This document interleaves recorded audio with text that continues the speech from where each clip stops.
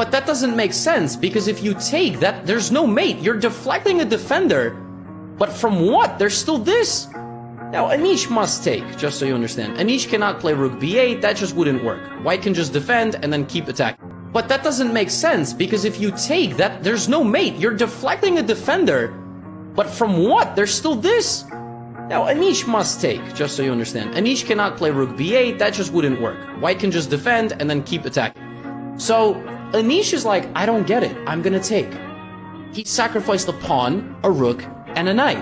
And now we can add another piece to that collection. He sacrifices the bishop. What? But he just takes. White is too slow to get checkmate here. Black is just playing rook a7. That was another part of Anish's idea. When Anish played the move a5, he knew if his queen ever left, the rook would guard the king from a distance. That's the entire purpose of having a rook. So it doesn't need to stand in front of the king. It can guard it from a distance. Okay? Anish is playing all the logical moves. h6, rook a7. What I think Anish overlooked is that White does not need to take the bishop yet.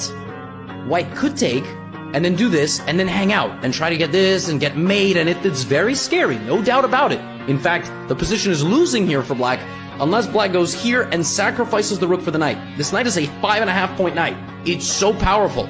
And rook h1 is simply unstoppable here. That's probably what Anish thought was going to happen. But Mamedyarov plays rook h1. The joker card of the attack has been revealed. The h-pawn was never going to take the bishop. The h-pawn needed a boost. White threatens mate in 2.